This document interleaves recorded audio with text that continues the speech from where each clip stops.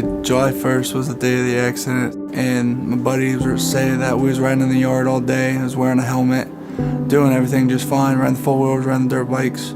They got back on their bikes and went down the road to start racing each other, and I hurried up and hopped back on mine and followed them, and just kind of going back there behind them, let them race. And as soon as they turned around to get back on the road, here I was with 5 feet of them, and just see me go airborne over top of them. So I landed on the left side of my body, smashed the left side of my skull. We had gotten a phone call that he was in an accident. Wasn't sure how bad it was. We were just told he was in an accident and that the ambulance were on their way. Next thing I remember, I was a week in the hospital and didn't know what happened. Once the doctors came out, they brought the chaplain out with them, and then that just threw me off. I knew seeing the chaplain come out, it wasn't good.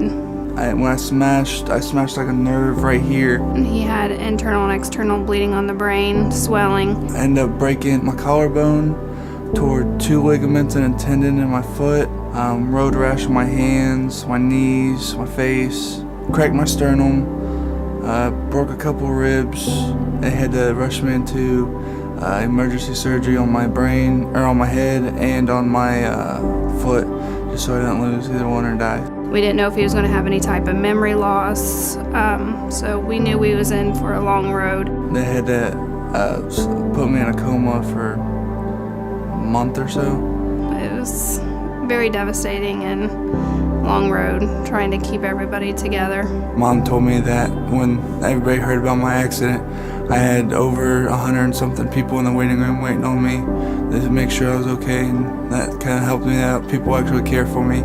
And my fiance's church all came up. They left church service and all came up to see how well I was doing, to pray for me and everything. And I was really happy about that. Once RJ was out, that same day, we was moved to Columbus. So we knew right then it was going to be a long road. I had to actually take 2 months off of work to be there for him, but the drive to get back and forth was hard. He couldn't quite understand why, everybody wasn't up there visiting him and to make sure he was okay. It was bad being away from everybody. I only had 2 friends come up and see me and a couple family members in Columbus. And then as soon as I got back to Lima, a lot more people came up and see me.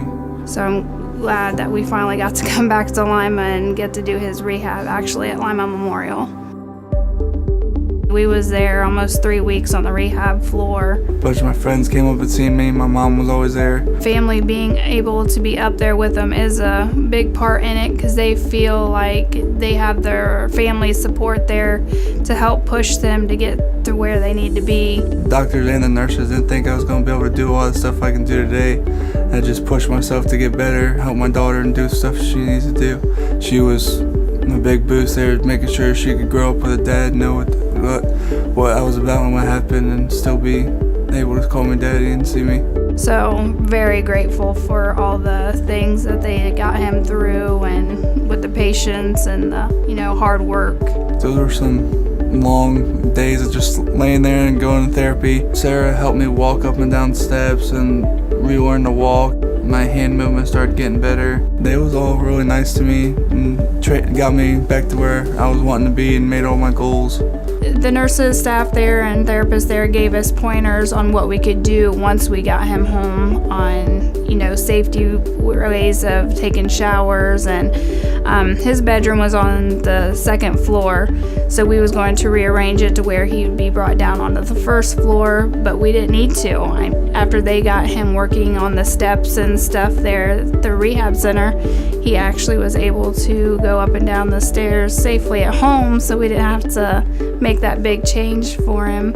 I'm very lucky to be how I am today and do the stuff I still love doing, riding dirt bikes again and four-wheelers, and taking care of my daughter, doing stuff with her. I'm just being very lucky to be able to do all the things I can do before the accident and being back to as much normal as I can be. It's been a very long road. It's still going to be a little bit of a long road, but we've got through it, and thanks to everybody at Lima Memorial for helping us and treating him like he's their family. To help patients like RJ, join us in transforming inpatient rehabilitation in our community.